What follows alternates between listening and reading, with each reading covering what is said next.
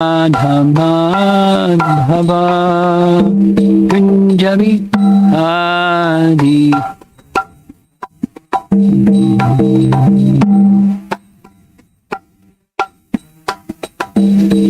Jaya Radha Madhava Kunjabi Adi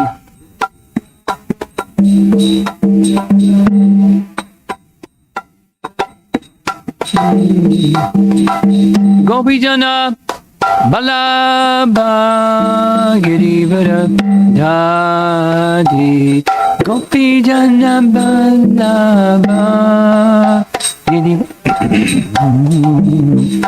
Gopijana Balabha Girivara Dhadi Gopijana Balabha Girivardhari Jasodanandana Brajachandranjana Jasodanandana Brajachandranjana Jamuna Tira Vanachadi Jamuna Tira Vanachadi Jaya Radha Madhava Kunjabi Adi Jaya Radha Madhava Kunjabi Jaya Radha Madhava Kunjabi Adi Madhava Kunjabi Adi Gopijana Balabha Girivara Dhadi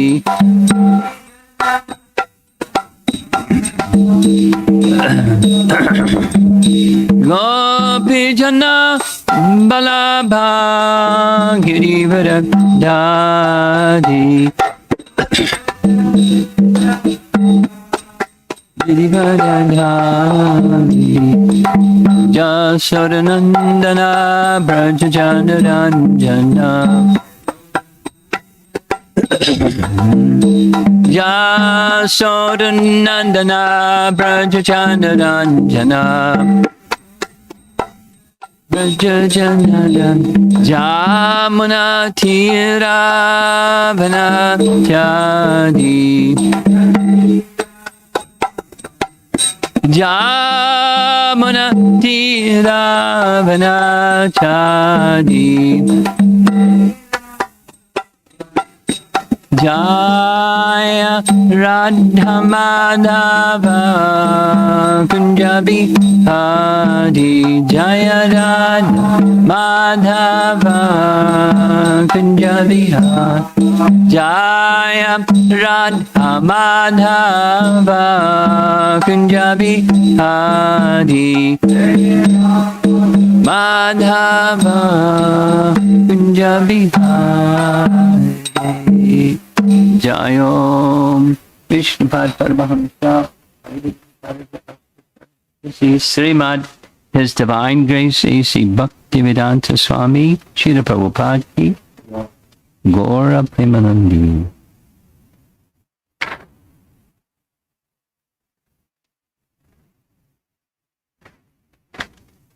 Om Namo Bhagavate Vasudevaya. Om Namo Bhagavate Vasudevaya. Om Namo Bhagavate Vasudevaya. We're continuing with personalities from Ramayana.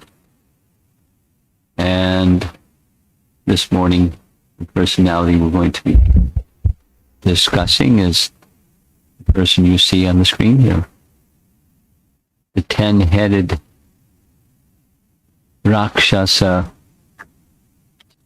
Ravana. So a little stepping back from the Leela, or the personalities in the Leela. The personality of Godhead makes his appearance in this world for different reasons, according to Hanuman in his prayers to Lord Ramachandra in the 5th canto, chapter 19. He says the Lord not only appeared to kill Ravana, but also to teach lessons. And there's several lessons. And by killing Ravana, he relieved the earth and the universe, because he was a universal terrorist, from a very powerful person who was bent on wickedness and very powerful. So Ravana, as we know, he is one of 3 forms of Jai and Vijay, or one of forms of Jai, who came to this world from the heavenly planets. And our understanding is it's irregular that someone from Vaikuntha comes and performs the activities of a demon. It was done on the external reason because of the curse of the Kumaras. The internal reason is Jai and Vijay wanted to satisfy Narayana in his chivalrous mood by providing some combat, some chivalrous opposition to his almightiness. Ram is that Narayana, and Jaya is that Ravana. And this life, Ravana's life, is the subsequent life to Hiranyakashipu. And Hiranyakashipu didn't just torment Prahlad, he was also a universal terrorist, but very powerful in the previous yuga, Satya Yuga. So this is Treta Yuga, and the power of Ravana is less than the power of Hiranyakashipu, etc. We'll hear some more as we're going along. But it's a pastime. And pastimes means it's being conducted by the Lord's internal potency. Everybody that's doing everything is conducted by the Lord's internal potency. The opposition of Ravana is being conducted by the internal potency, although he was very, very, very involved in the external potency for sure. For sure. But he was checked.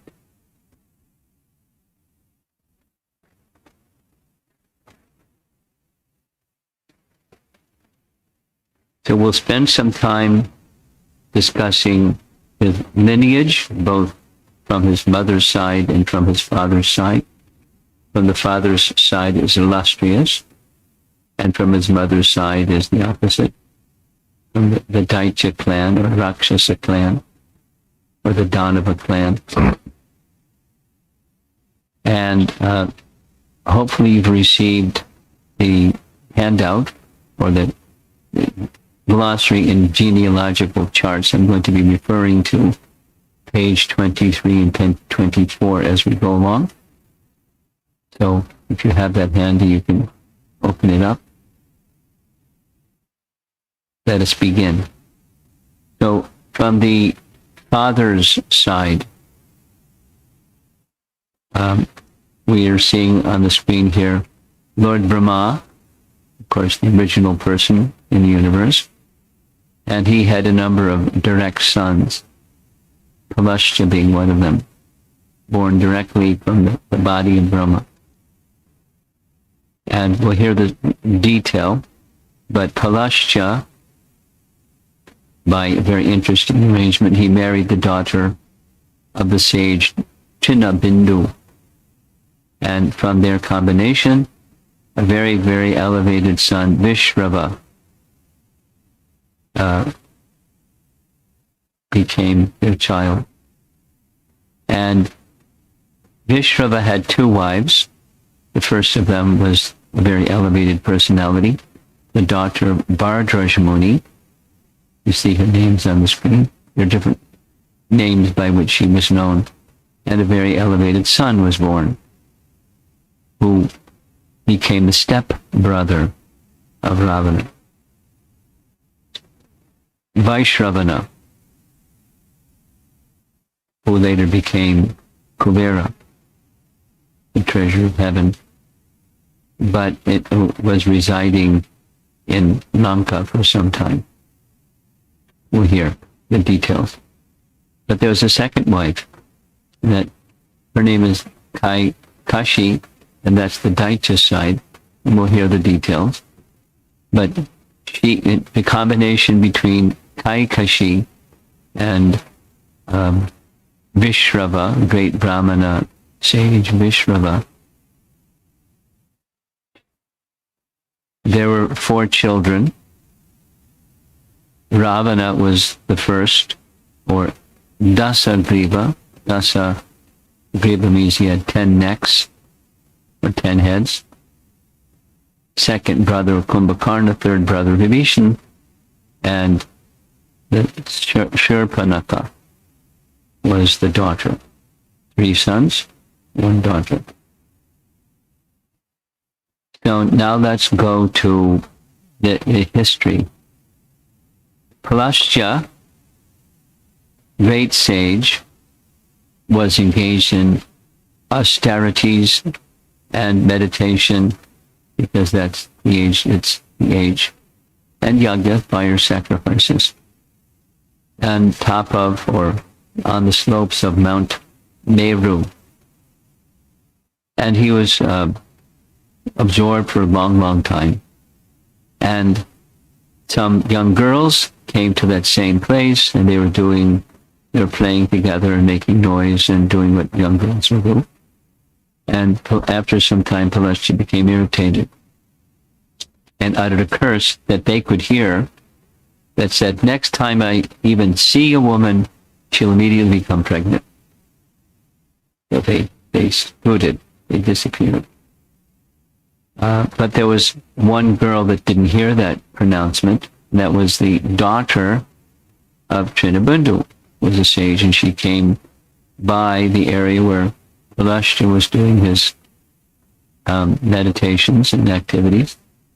And just by seeing her, she immediately felt pregnancy. So she went back to her father, saying, I don't know what this is. I had no contact with any man, but I'm feeling pregnancy. So Chinnabindu went deep into meditation, which allowed him to understand what happened. So he, Chinnabindu, went with his daughter, doesn't give her name, to the ashram of Palastya, and said, by your special power, the means of my daughter becoming impregnated was possible. And now that she has a small child in her womb, you kindly accept her as your wife. And Palastya agreed. And the child, he said, will be a very elevated personality. And when he was born, his name was Vishrava. And after some time, Vishrava, who was also like his father, Palastya, engaged in similar fashion, was approached by Bharatrashimuni. Bharatrashimuni requested Vishrava to accept his daughter. You see her names. Different texts have different names for Bharatrash's daughter, but he accepted, and 1 son was born. So Vishrava has 1 son plus 3 sons and 1 daughter, total number of children. So Ravana was the name, of that first son. And like his father, he learned everything from his father. He followed his father. He went deep into the forest and underwent severe austerities. It said he fasted from food and water for 1,000 years. Must have been pretty lean and thin. Brahma came, very pleased with his intense austerities, and asked, what benediction would you like?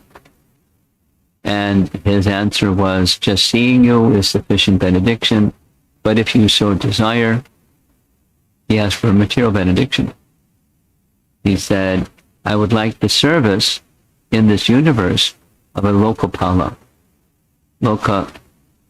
Pala means protector of the universe. So Brahma was very happy. He said, I already have 3, and I do need 1. The other 3 are Indra, Chandra, and Yamaraj, in the different directions, because they have residences in Manasotara mountain, in the 4 directions. So you become Lokapala, and you'll also take the post of Kuvera, the treasure of heaven. And the 3rd benediction given was by Brahma was a Pushpaka Vimana. It then became the property of Ravana and Brahma left. But Brahma didn't give him residence, so he, Vaishravana, went to his father in the Pushpaka Vimana and asked his father, where's a suitable place for me to reside? And his father said, long ago, there's a place, Lanka, that was previously built by Vishvakarma for Indra, and then inhabited by the Daityas, but they left, so it's now available. You can go there. So he went there. Now, we'll take a look at some images you can see on your screen.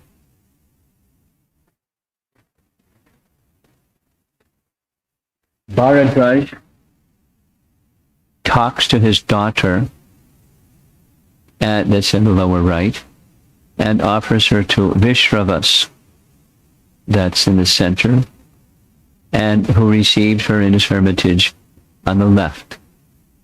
And you see from the sky above the hermitage on the left, there's showers of flowers, and their son was Vaishravana. Vaishravana, you see, put Pushpaka. That's Vaishravana is crossing to Lanka, which is on the left, the city of Lanka. It's being guarded by somebody who's a doorkeeper. And Vaishravana is up in the upper right, and he's in his ashram. As his son, Vishravas, his son Vaishravana, is going to Lanka to reside.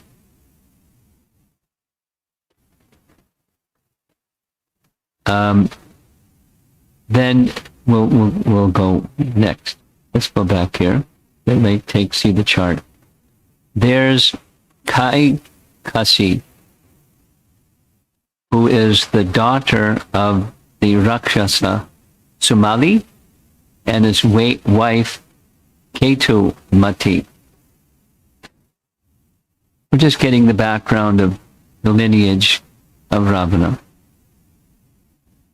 So in your charts, page 23 and 24, you'll see the patriarchal, or the father, from the father's side, Ravan's lineage, And he's the son of Vishravas, as you see on the chart on your computer screen. He's the son of Vishrava, but the mother is Kaikashi. Now, let's go to the next page, 24, and you'll see Kaikashi's name. She's the daughter on the far right, in the middle. She's the daughter of Sumali and Ketu Mati. And Sumali had two brothers, we're going to hear, but just take a look at the chart. Malyavan, Sumali, and Mali. Three brothers. And they're in the Daitya dynasty, and they're the three sons of Sukeshu and Gandharva wife. So when you read Ramayana, you'll hear Sukeshu, but this is the chart to show where he fits in, and it goes back also to Brahma on the far left. So on the far right is Kai Kashi. Kai Kashi again is the daughter of Sumali and Ketu Mati. So now let's narrate that history a little bit. Around the same time as Vaishravana and all these activities and what he was doing, there were three Daitya personalities. Their names, Sumalin, Ketumali, and Mali. They also underwent great austerities for the purpose of achieving benedictions from Brahma. And Brahma came and gave them benedictions, and then they became very powerful. It doesn't say specifically what their request of Brahma was, but they wanted power, and they got power, and they started misusing that power. They were traveling here and there and attacking rishis and sages and even demigods. They were very bad people.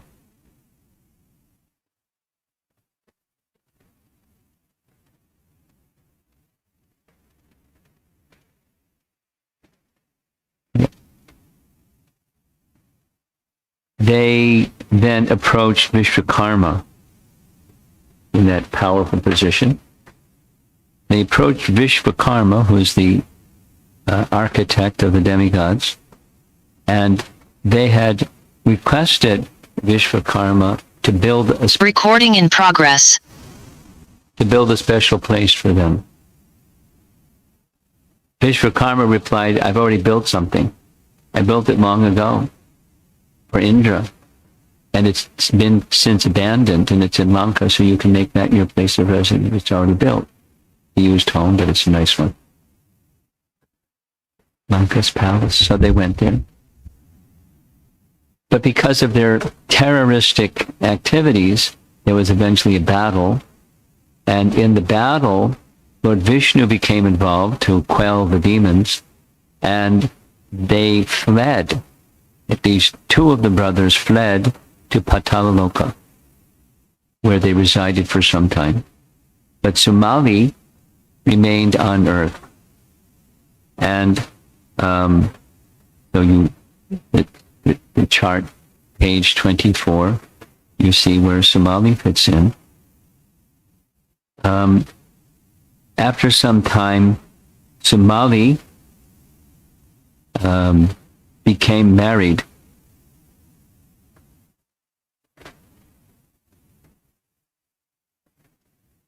Now let's see the details if that's described.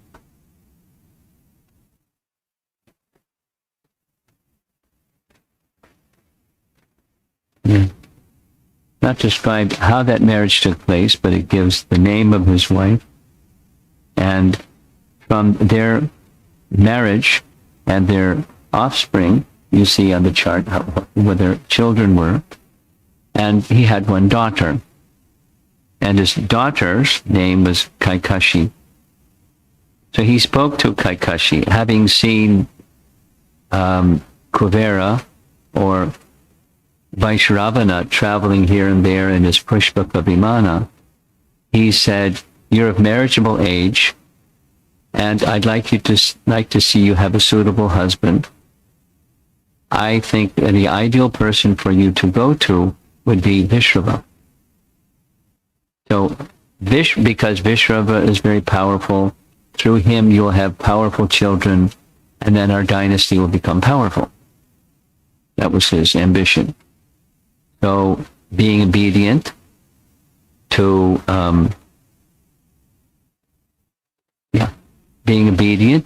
Sumali, Kashi went to the ashram of Vishrava.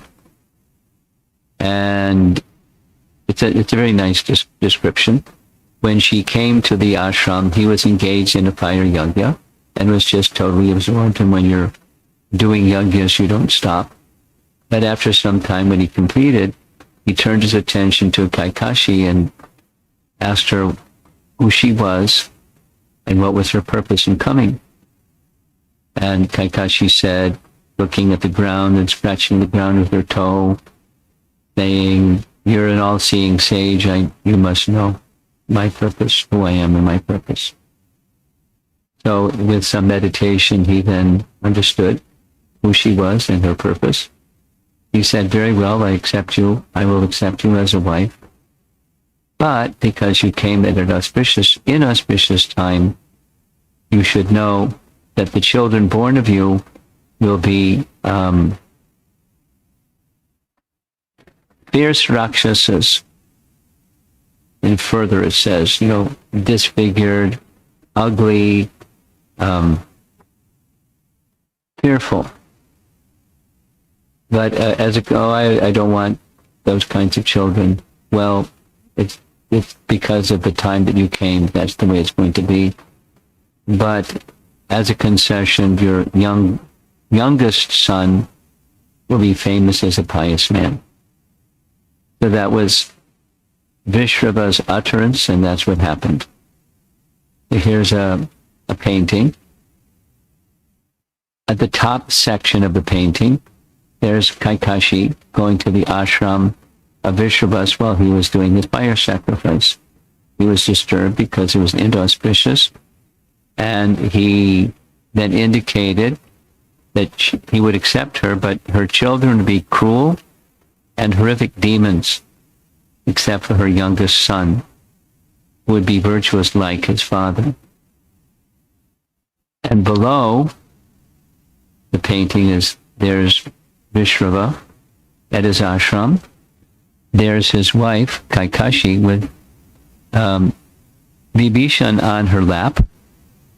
And then in sequence, the three other children, Ravana with the 10 heads, and Kumbhakarna, who's actually much bigger, and behind them is Shurpanaka.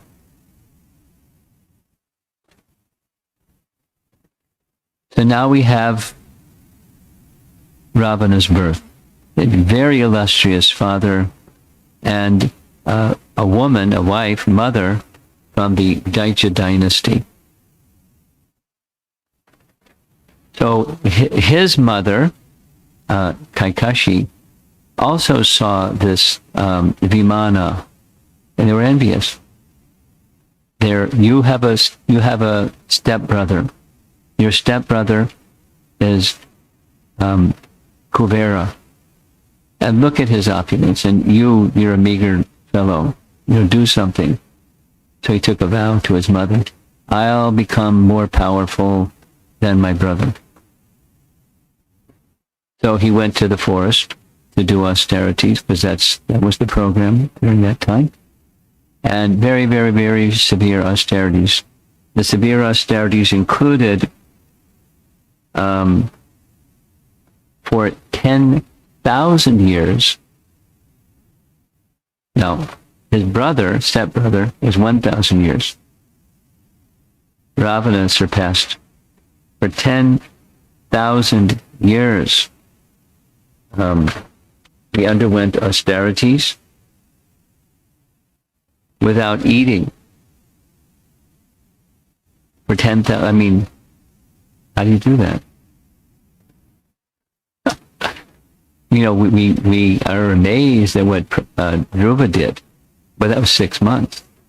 This is 10,000 years.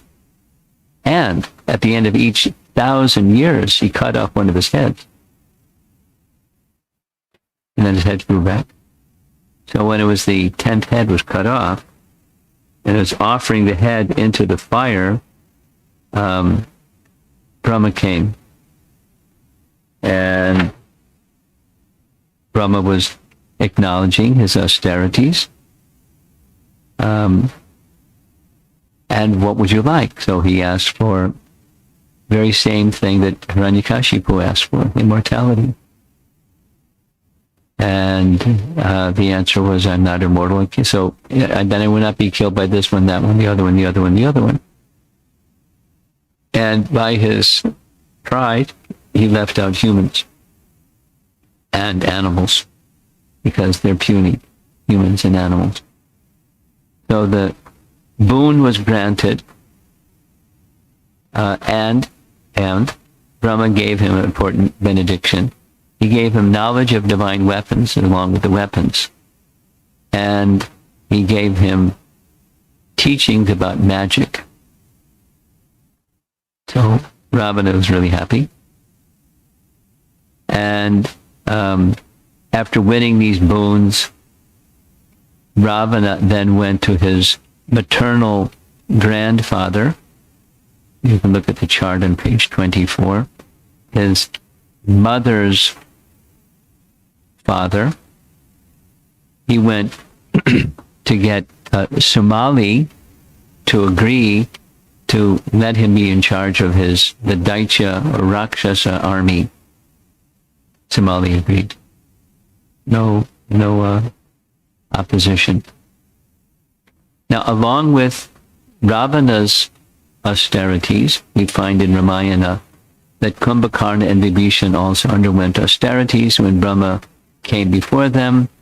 Kumbhakarna requested sleep. I mean, one version of Ramayana says he wanted to sleep for several years. He was really into sleep. So that was induced, it is said in the Ramayana, that the demigods induced Brahma, don't give him anything. Incline him this way, because if he becomes powerful, everybody's finished. So sleep, and it was granted. And once, as he matured, he wandered through the universe devouring rishis, while his brother, younger brother, Vibhishan, engaged himself in study the Vedas. When Brahma said to Vibhishan, you may accept the benediction from me according to your desire, Vibhishan said, just that you're pleased with me, that's sufficient. My goal of life is already achieved. But my only wish is that my mind may always remain steadily fixed upon the path of virtue, even amidst the greatest difficulties, which was tested by having Ravana as his brother. And Lord Brahma consented. Now, when Ravana heard what Vibhishan had asked for, he was angry with him. What are you doing? We're not virtuous people. We're Rakshasa people. But that was pronounced by the father, Vishrava, that the daughter, the sons would be vicious except for the youngest son. So it's 3 sons, the youngest son being Vibhishan, and the middle son being Kumbhakarna, and the oldest brother or son being Ravana himself. Now, in Ramayana, those of you a little bit familiar with Ramayana, there's all kinds of other soldiers. Rahasta, and this one, that one, the other one. Look in that far, page 24, on the far right, you'll see their names. Prahasta is there by name. Now, their other sons, Kara and Dushan, are other sons. They're not brothers, they're cousins. And they're very powerful, and they were, from the same dynasty. So once he has all these big powers, Ravana goes off conquering this one, that one, the other one. And one of the places, so we're going to now hear of 7 curses that Ravana received in the course of his travels. One of the places he went was to ask his brother, his stepbrother, Kuvera, for Lanka. Because when Kuvera went to Lanka, it had been abandoned. Sumali and his 2 brothers had lived there. They left. It was empty. So Kuvera, or Vaishravana, lived there. So Ravana went to ask him for please vacate. I want Lanka. And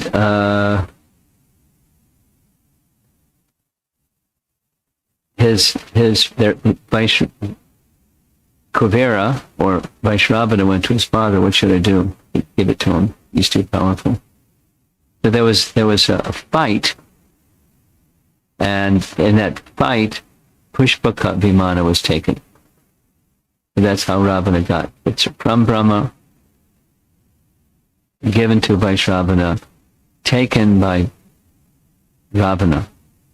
So Ravana is traveling around the universe in his Pushpaka Vimana, enjoying his power. And one of the places he went, as he's conquering demigods, is he went to Kailash. And at the gate of Kailash was Nandi. And when Ravana wanted to enter, he said, "You can't enter. You're not eligible, you're not qualified to enter."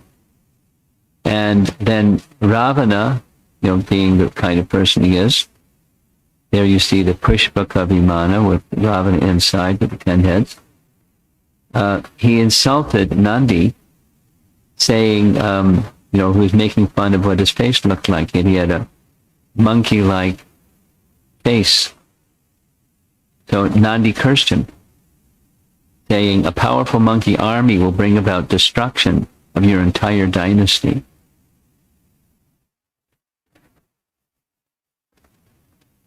And in retaliation, Ravana doesn't take no for an answer.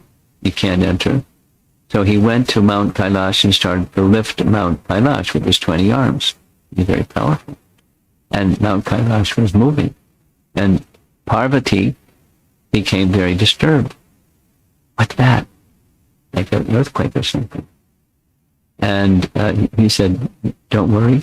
With his toe, he placed his toe on the mountain, and the mountain then crushed the arms, 20 arms of Ravana.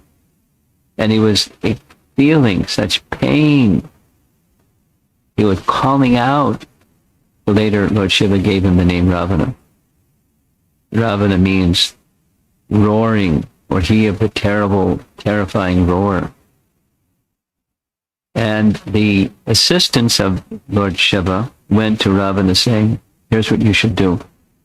You're trained by your father, Vishravas, in the Vedas and in music, using that musical skill, sing nice music to glorify Lord Shiva." So his one version of Ramayana says It was so painful that his veins were bulging from his arms, and he used them as musical instrument strings. And for 1,000 years, in great pain, he called out Lord Shiva's qualities, praising him. So here's the meaning. Ravana's name, and Ravana means his brother, half-brother, step-brother, means hearing distinctly. Shravana, Vaishravana, hearing distinctly. So 1,000 years later, Lord Shiva lifted his toe and summoned Ravana and heard his story and said he was pleased with him. And he gave him this name, Ravana, and he also gave him his sword, Chandra Hasa. Hasa is a smile or laughter. Chandra is like the moon. So he said, this is a very powerful sword, but if you misuse it, I'll take it back and you'll be destroyed. It doesn't say, what the condition of proper use or misuse, but he gifted him with this Chandrahasa. Sometime later, Ravana was traveling through a forest, and he came across Mayadanava. Now, who's Mayadanava? You hear about Mayadanava in different places. Mayadanava just means the dynasty, the Daitya or Danava dynasty. The Mayadanava was the son of Kashyapa and Diti. Kashyapa and Diti had two other sons that we know of, Hiranyaksha and Hiranyakashipu. So Maya was one of their sons. And there's a whole long description of how he became estranged. He married a very beautiful Gandharva lady, and they lived together. He built her a very fabulous palace in the forest because he has these mystic powers. And there was some dispute between them, and he was then left with a daughter and a son. So the daughter's name was Mandodari. So when Ravana came, very beautiful and very qualified, etc. So Ravana met them. They had this exchange, who are you? And when Mayadanava came to know that Ravana was the son of Vishravas, an elevated Brahmana, he offered his daughter in marriage. Ravana accepted. They became married. This was his first queen. Of course, he's not king yet, but he was his first queen. And later they had a number of sons. And one of those sons became Indrajit. But that Indrajit had different names. There was a loud cry, an outcry when he was born. So he was given a name, Megha Nada. Megha Nada means a thunderous sound. When the child was born, he screamed so loudly that everything shook. So Ravana gave him his name, Meghan Nada. Megha Nada. Later, he became Indrajit. So another name that he was known by, as you see in this text below, is Indra, the picture at the upper left, is Ravana, along with his son, went to have combat with Indra. And Brahma, Shiva, and Vishnu are following behind Indra. When Ravana surrounded Indra with his army, and in the lower section, on the bottom left, that's the sun.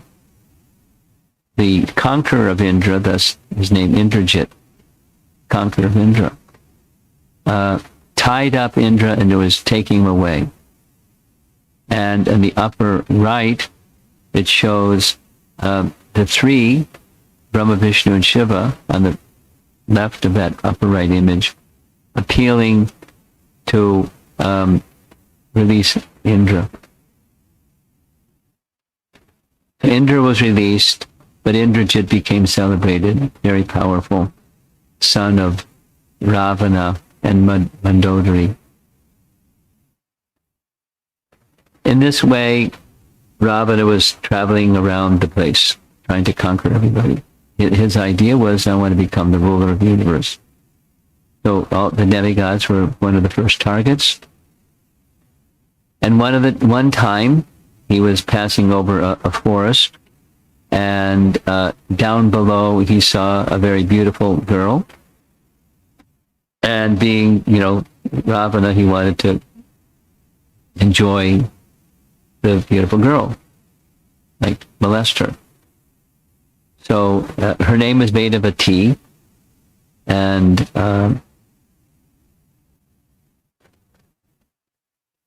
when he descended in his vimana, Pushpaka vimana, he spoke really, surprising words to describe her body and her features and her this and her that, and you're so beautiful and so young, what are you doing in the forest alone? Doing austerities. So she replied that her father was a great sage named Kushadwaj. And Kushadwaj was a son of Brahaspati. And together with his wife, Kushadwaj and his wife, Vedavati was born as their daughter. Her name, she says, means she's an incarnation of Vedic speech, Vedavati. And as she became of marriageable age, various personalities, gods, demigods, Gandharvas, and so forth, Yakshas, Rakshasas, they approached my father wanting me as their wife. But my father was very determined. She'll marry only Narayana himself. So one of those Daitya kings named Shambhu was furious as he wanted to marry his daughter. So in the middle of the night, when Kushadwaj was sleeping, he killed him. And in the morning, when they woke up, and the wife of Kushadwaj saw that her husband had died, the funeral pyre was made, and she laid by the side of the fire and left this world. So she was the daughter was left alone. She's telling all of this to Ravana. And because this was the desire of my father and my desire also, I'm here in the forest. He wanted to know who are you and why you're here doing austerity. Because I'm waiting for Narayana to appear to become my husband. Then she said, I know all about you, so please go away, O descendant of Pulasya. For through my austerities I know everything that transpires in the three worlds. So she was very polite. She didn't depart from culture, but she knew who he was and they wanted no part of him. But, he doesn't take no for an answer. So he said some nice things, and then she didn't yield. So he grabbed her hair to try to forcibly force himself upon her. And, she had mystic powers. And with her, like a judo chop, she cut her hair and decided to give up her life because her hair had been touched by a demon. Here's her words from Ramayana. As I have been violated by you, ignoble wretch, my life is at an end. Therefore, Rakshasa, I shall enter the fire, the eater of oblations, right before your eyes. Since I, innocent and without a protector, have been violated, I shall be born again for your destruction. So that's the curse. I will be born, as you see on the screen. I'll be born again and be the cause of your destruction. She also asks for whatever sacrifices, austerities, etc. May I not be born from a human womb, but may Narayana become my husband. And therefore, in this narration about her life, it is said that she, from Satya Yuga, took birth in Treta Yuga as Sita, because Sita means furrow. So that's the Ramayana description. The curse number 2. So he was cursed by Nandi. Now he's cursed by Vedavati. And here's curse number 3 coming up. As he, in the course of his travels, in the Ikshvaku dynasty, which is the Sun dynasty here on earth, he went to Ayodhya and challenged the local king at that time. Anaranya. Anaranya was the name of the king. And big battle.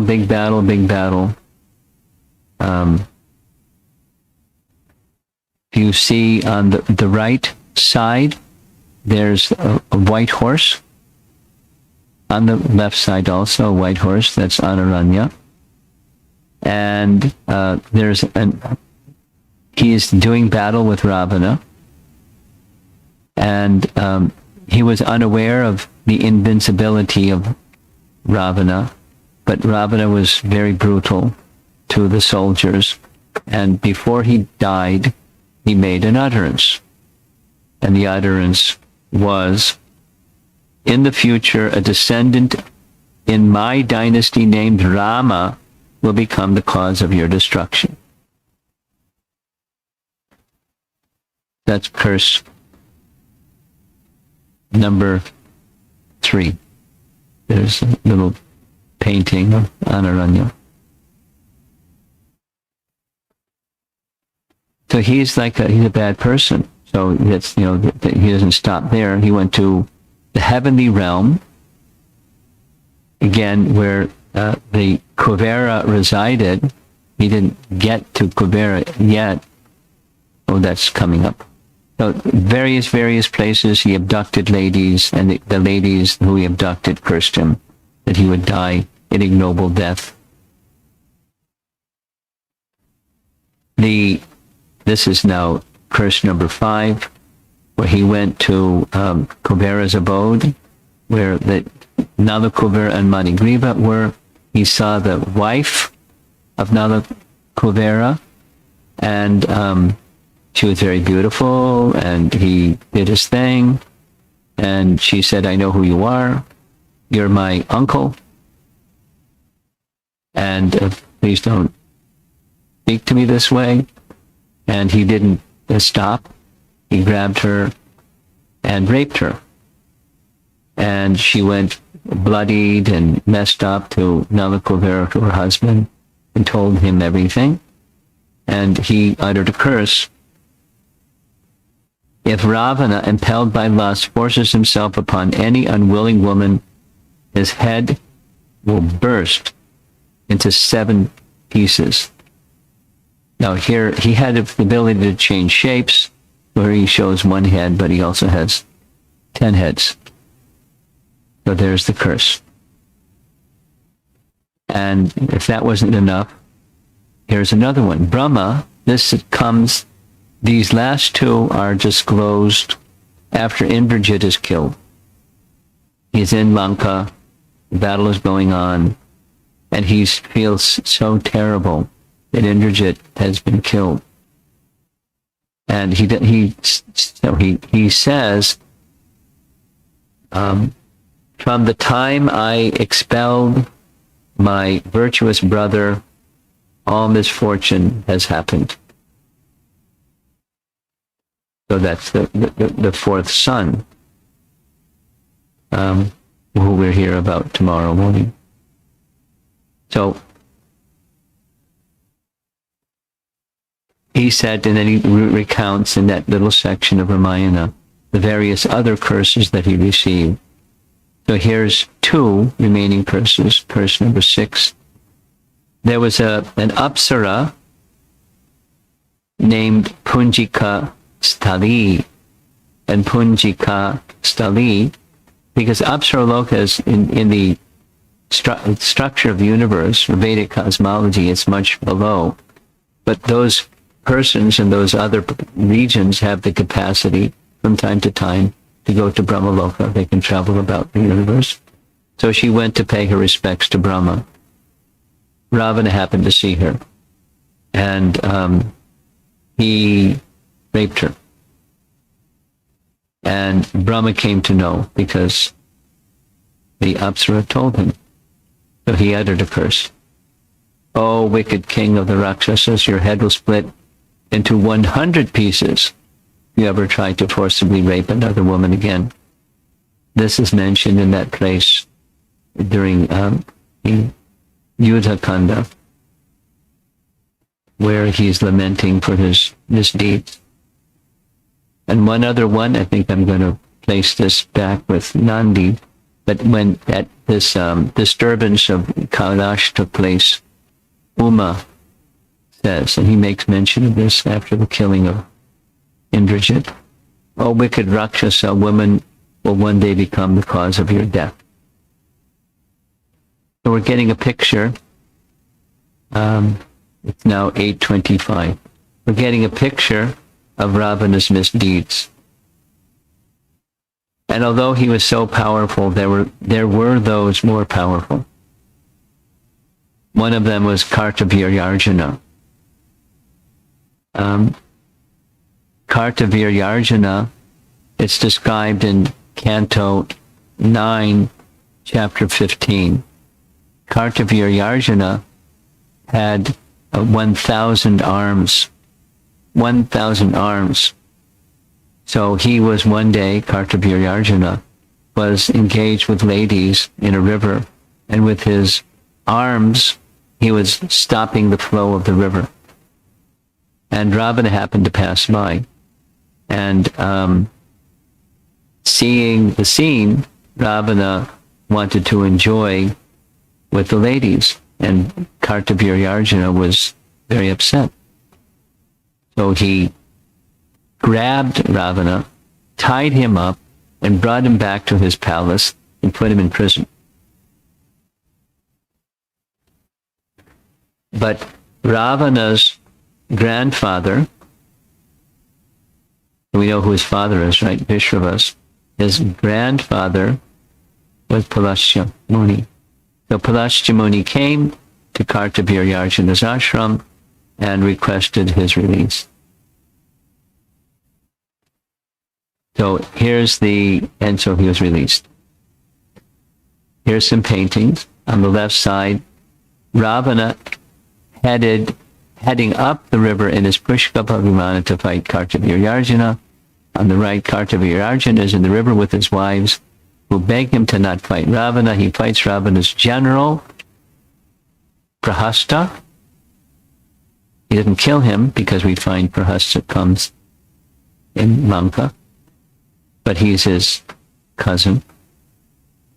And Kartavir Yarjana is very powerful. In the left here it says Arjuna, but it's Kartavir Yarjana, who strikes Ravana with his mace, and he falls unconscious. He then captures Ravana and leads him away. On the right side, Pulasya, that's the sage on the standing there, Pulasya requested Ravana's release. And then at the bottom is Ravana's released but is very ashamed. So Kartavir Yarjana, there we see at the bottom on the left, there's his 1,000 arms, and facing him is Dasagriva, or Ravana with the 10 heads. Another situation where he was defeated was by Bali. This becomes important later in the Ramayana. But Ravana, in the course of his travels, he heard about the power of Bali, so he went to Kishkinda to challenge Bali. When he went there, Bali wasn't there. But Tara and others met him and said, he's not here right now, but if you wait a while, he'll come back. Right now it's in the morning, and he goes to the 7 directions and bathes in the sea. So if you want, you can wait, or if you want, you can just go find him in the southern sea. So he goes to, he can't wait for the battle. So he goes to the southern sea in his Pushpaka Vimana, comes in for a landing, sneaks up from behind, but Bali somehow knows that he's sneaking up from behind, and he just grabs Ravana, puts him under his armpit, finishes his morning duties, and then goes to the other 3 seas, comes back and sets him down. Ravana's really impressed. And he doesn't ask for battle, he asks for friendship. But Bali was more powerful than the powerful Ravana. So here's some old painting. Ravana, desirous of challenging anyone who had renowned strength, decides to fight Bali. In conversation with Tara and Sugriva, Ravana is told that Bali has gone to the southern ocean in order to perform Sandhya. The kingdom of Kishkinda is painted on the left. Ravana is astonished at the speed, strength, and prowess of Bali and asks for his hand in friendship. There we see in the painting, there's 10-headed and 20-armed Ravana. There he's facing Bali, and they're chewing pan together, and they make friendship. And yet a third, where he was soundly defeated, was Bali Maharaj. Now, this was not exactly, and there's different versions of Ramayana. He was challenging him, but another is he went for his help against Ram. When he went to see Bali, Vamana let him in. And normally, as you see, there's Vamana with his little kamandalu. He let him in. When he went to see Bali, he explained his purpose. Bali simply smiled and said, but, I know you like gold, so here's a mountain of gold, you can take it. There's diamonds and jewels and everything studded in it. So Ravana was really happy. Charity. Great. He tried to lift it, he couldn't lift it. And Bali laughed and said, this mountain of gold is the crown of Hiranyakashipu. You in your previous life were Hiranyakashipu. How big was Hiranyakashipu compared to you? You can't even lift his crown. And he was defeated by Vishnu. And you're also going to be defeated by Vishnu. You're a fool. Ravana left.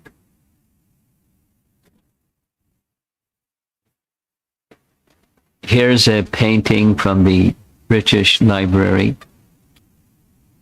where he goes to the ashram of Kapila for a fight. And the way that it's described here, he wants to fight Mahapurusha, but Kapila finishes him. And on the bottom of the painting, Ravana falls down. So he's messing with the wrong people. Another painting is a slightly different version where it shows on the left It's Mahavishnu or Garbhodakshaya Vishnu or Kshirodakshaya Vishnu reclining on Anantashesh. Lakshmi is at his feet. Ravana wants a battle. Of course, the Ramayana doesn't speak of this, it speaks of Kapila. But in any case, when he leaves, he abducts some ladies, hundreds of women. That's Ravana's program. So now we're at 8:33, and there's a couple of celebrated other stories about Ravana.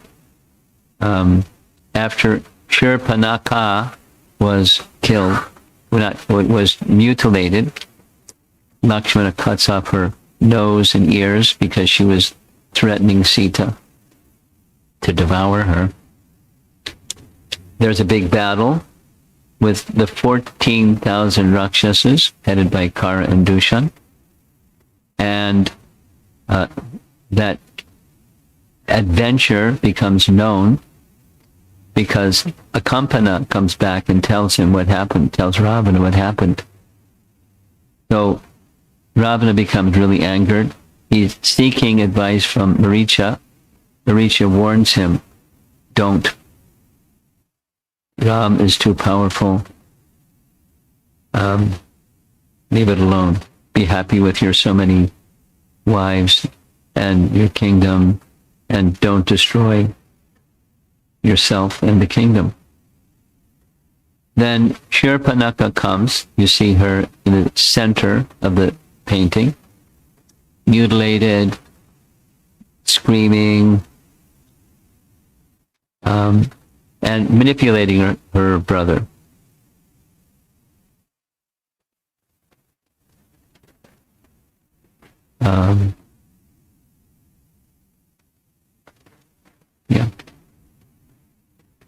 He wants to know, who is this Ram?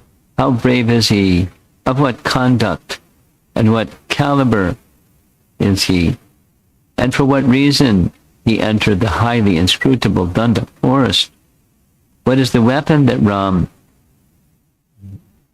by whom these many demons are killed in war? Likewise, Dushashana and Trishira are killed, and even the unkillable Kara is killed. Oh, lady, with fascinating limbs, who disfigured you? That you tell. That's interesting English. Please describe. So she describes, and she lies. She said, oh, this happened when I was trying to get Sita for you to enjoy, and they check me and take revenge. But the way to take revenge, she gives the plan, abduct Sita, and Ram will become weak. So as you know, Ravana goes back to visit Maricha. Maricha is shocked that he's still thinking like this, gives his advice, and Ravana is this time not to be deterred, and he commands Maricha, either you do what I'm saying or I'll kill you. Maricha said, better to be killed by Ram than you. So I'll do it. So he appears as the golden deer. When Ram goes after the golden deer, there's the celebrated entrance of Ravana. You all know these pastimes, so I'm going quickly because time is also. He speaks very boldly, lustfully. Now, notice in the painting, this is a B.G. Sharma painting, it shows Lakshman Rekha surrounding that little cottage, which is not within Valmiki Ramayana, but it's in some of the other Ramayanas. And, Sita is a cultured lady. She's seeing, she's not dull, but she sees somebody even dressed as a sadhu, so she speaks very respectfully and offers what you offer a sadhu when they come to you residence.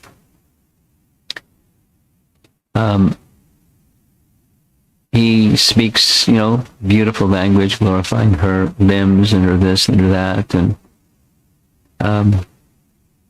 she's shocked to hear him. And then the rest is history. He grabs her. She's not ready to submit to him. And so he abducts her and flies off to go back to Lanka, which was the plan all along, made up with Maricha. As she's being abducted, Jatayu sees. Jatayu attacks. Beautiful painting. Look how big the claws of Jatayu. He's just grabbing one of the donkeys, pulling his chariot, pulling him in the air. Big fight. Ravana is very powerful. Jatayu is very old, but still he's like an intense battle for some time. And eventually Ravana cuts off the wings of Jatayu and scoots away. And we, know that Sita threw some of her jewelry in a piece of cloth on top of Rishimukh mountain as they were traveling. Perhaps someone will know which direction it went, etc. Sita's back now in, there's Ravana, our friend, in Lanka, and he instructs the Rakshasis to break her will because she refuses to submit to him, and he's concerned about the curse of Nalakuvera, that if he forces himself upon Sita, then his head will crack in 7 pieces. He doesn't want that. So he's convinced that he can lure her because he's done it so many times before with other ladies. But Sita cannot be deterred. She's not intimidated by the Rakshasis. Eventually, he comes, you see in the tree, there's Hanuman, little monkey in the tree. And he goes back after failing to persuade Sita. We're going to hear more. But the Sundarakanda interaction with Hanuman and Sita in detail. Hanuman is arrested to be brought before Ravana. That's why I'm showing this, because this is about Ravana.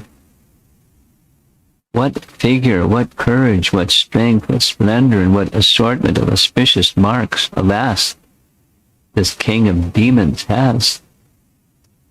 Had this lord of demons perhaps not strong in unrighteousness, he would have been a protector even of the world of celestials, together with Indra, the lord of celestials.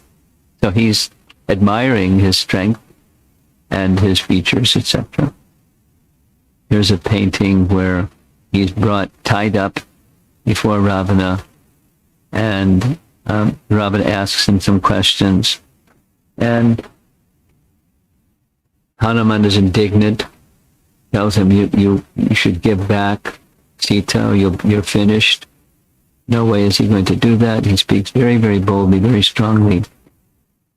Now, the ropes that he was tied up with was a mystical rope that they're broken by Hanuman's power.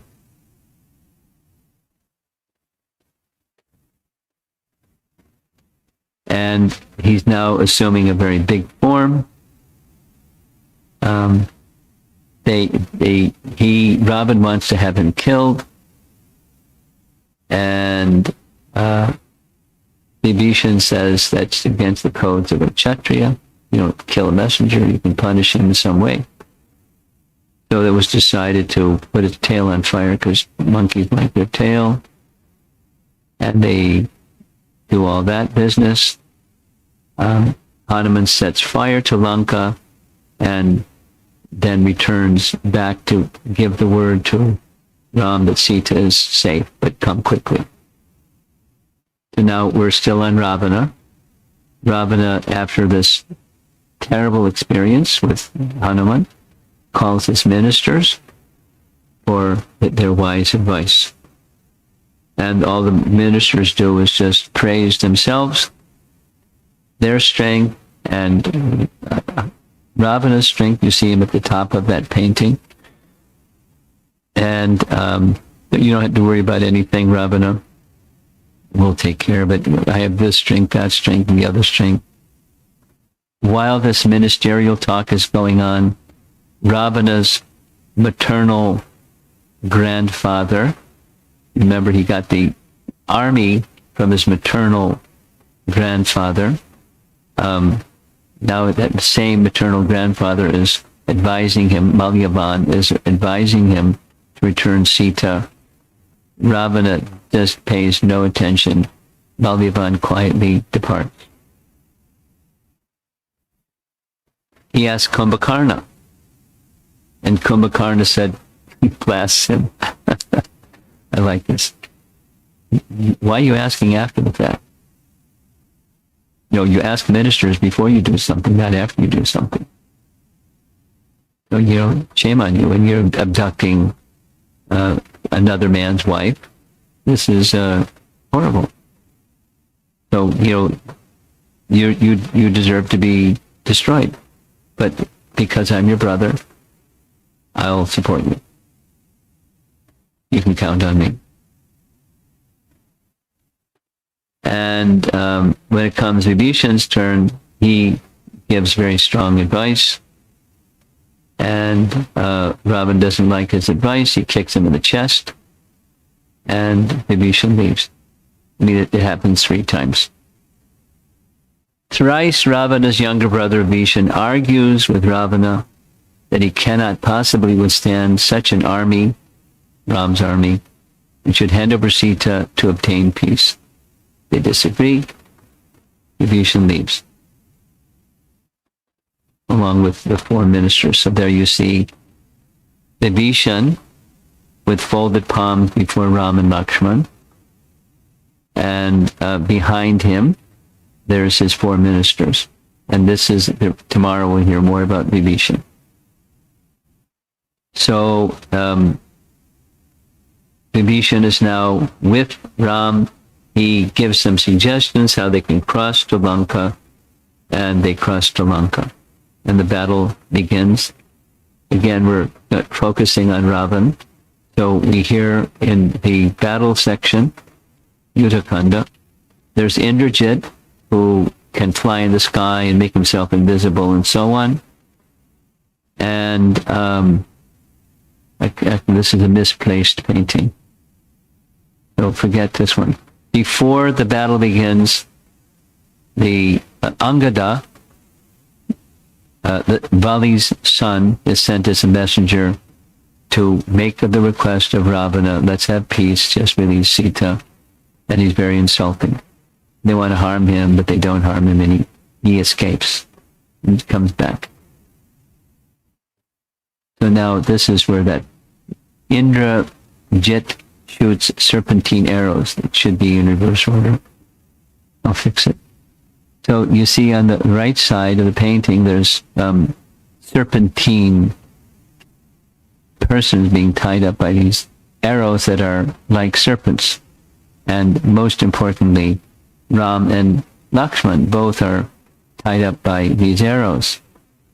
I'm going to go quickly because we have 13 minutes before 9 o'clock. So there's another painting. They're tied up by the arrows. What to do. Again, on the left side, and is Ram and Lakshman. Indrajit goes back and celebrates. Indrajit returns to the city in triumph and is congratulated by his father. Ravana makes Trijata take Sita in the Pushpaka chariot over the battlefield to see her husband lying slain. They think he's dead.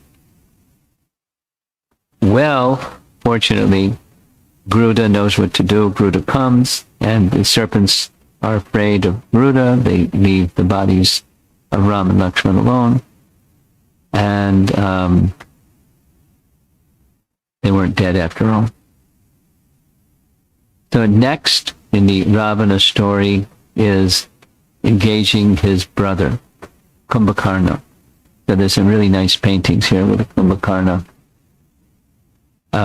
being woken up. First, he's got this benediction to sleep a lot, and they need his help, and so they come in large numbers to wake him, beating drums, beating him, poking him, this and that, and after a big ordeal, he wakes up. And when he wakes up, they're ready to offer him everything, eatables, anything he wants, volumes and volumes and volumes. And he then, now refreshed, comes before, see how big his body is, comes before Ravana, who's on the left with his 10 heads, and he's ready for service. So go to battle. The giant body of Kumbhakarna is hard to battle, and you see him, he's eating soldiers, Vanaras. There's another interesting painting of Sugriva doing battle with Kumbhakarna. Ram and Lakshman ready to do battle with Kumbhakarna. There's some Vanaras with holding giant boulders and so forth. Kumbhakarna. Eventually Kumbhakarna is destroyed. His limbs are severed by the arrows of Ram, and Ravana is in disbelief. There's another painting showing Kumbhakarna losing his head, and Ram's arrows piercing his body all over. This is since the venerable Vibhishan, my pious brother, was banished by me, this bitter fruit of that painful deed has come to me.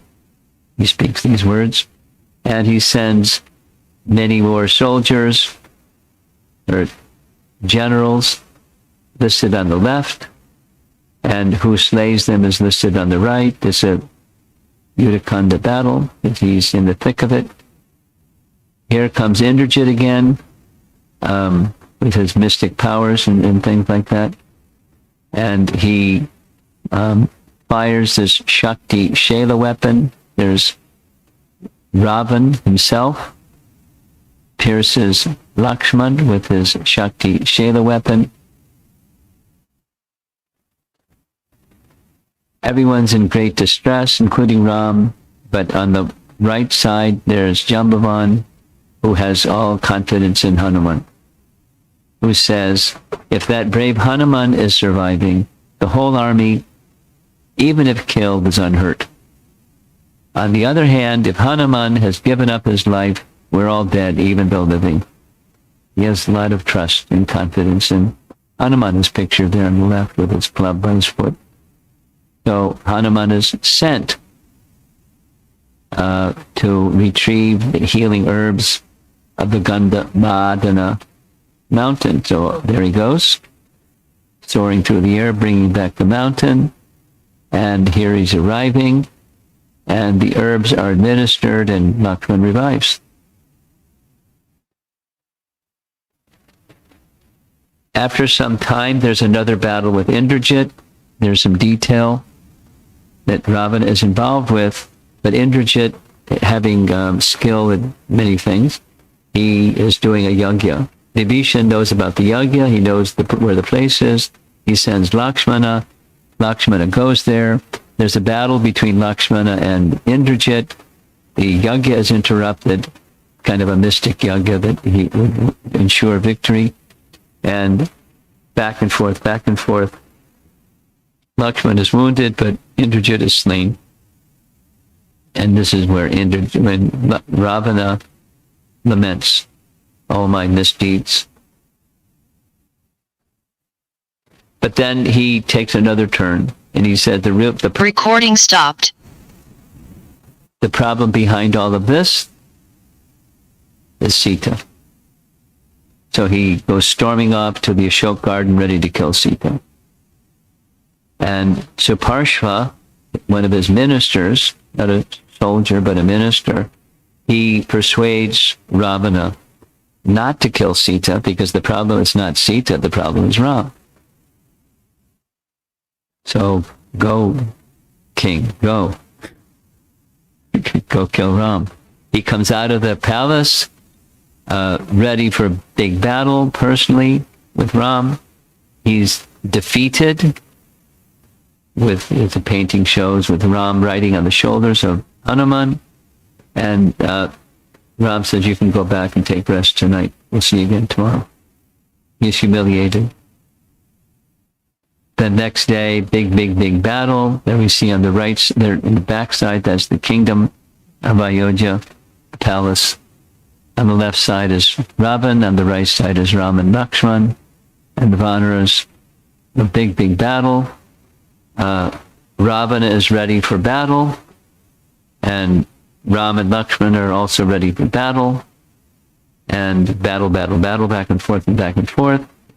The indication is given to Ram how to kill him, and so he fires his arrow, and Ravana is slain.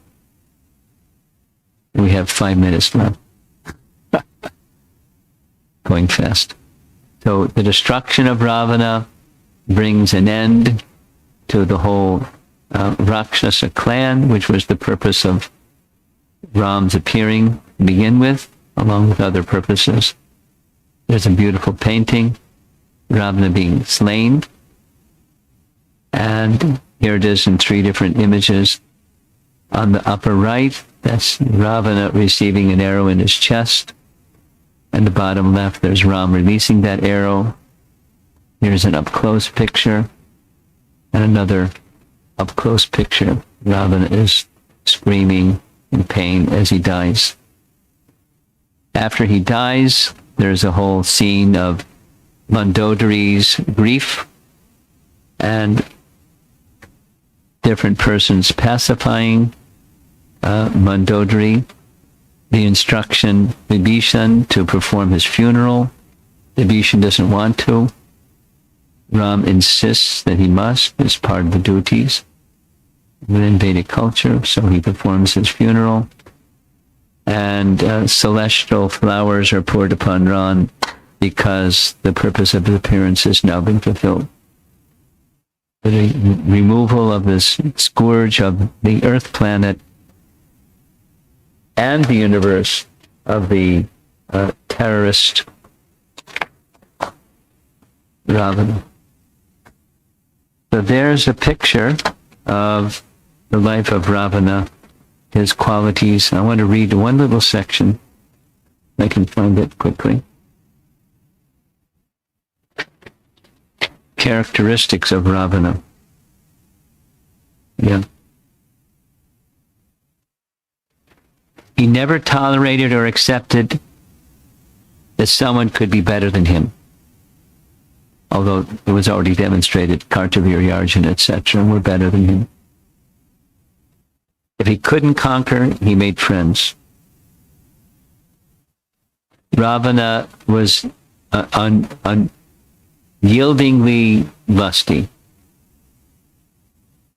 with so many ladies, including his niece, his brother's daughter. He killed Shurpanakha's husband. As the older brother, he arranged for her marriage. In the course of traveling here and there, he lost it when he was confronting the army of where her husband was from, and he killed her husband. And all he said was, "Gee, I'm sorry. You can be in the care of Kar and Dushan. They'll look after you." He not only became destroyed, he brought about the destruction of his entire race and dynasty by the superlative offense of kidnapping Sita. A consistent trait is he never listened to any advice. And there's many examples. Vibhishan, we heard 3 times. Kumbhakarna, his brother, couldn't listen. His maternal grandfather, Malyavan. There's a passage where Vibhishan's eldest daughter, Vibhishan had daughters, eldest daughter was Kala, and Kala told Sita that an old and wise minister named Arvindya warned Ravana of the imminent destruction of the Rakshasas at the hand of Ram. Ravana ignored him. Maricha warned him. Kuvera advised Ravana to give up his wicked ways. He surrounded himself with yes men who would just praise him and so forth and so on. He never cared for anything righteous or virtuous. He just did whatever he wanted to do. But these are some of the traits that are to be avoided. One of the reasons of hearing all of this, bad stuff, is as in the process of surrender, we're to give up unwholesome things that are detrimental to the bhakti. And he's like the personification of all those. In the commentary of the Sri Vaishnavas, by about the different persons, Kara, Dusha, and etc., that were killed by Ram, they each represent some undesirable characteristic. And Ravana particularly was lust and pride. Now, not that others who are demons don't have lust and pride, but he is particularly profound. And it'll bring destruction. Although it may bring apparent success for some time, it'll bring destruction. And if it's required that the personality of Godhead, Vinachaya Chaduskritam comes, and that's certainly a major part of the whole of Ramayana. So we heard this morning about Ravana, his ancestry, his characteristics, his exploits, his demise at the hands of Lord Ramachandra. So the 9 o'clock bell is ringing, and we don't have time for questions. What we'll do, if there is some time tomorrow, we'll entertain some questions. The discussion will be much shorter with Vibhishan than with Ravana. So hold your questions, write them down. We'll discuss them tomorrow. Hopefully there should be time. Should the Prabhupada be there?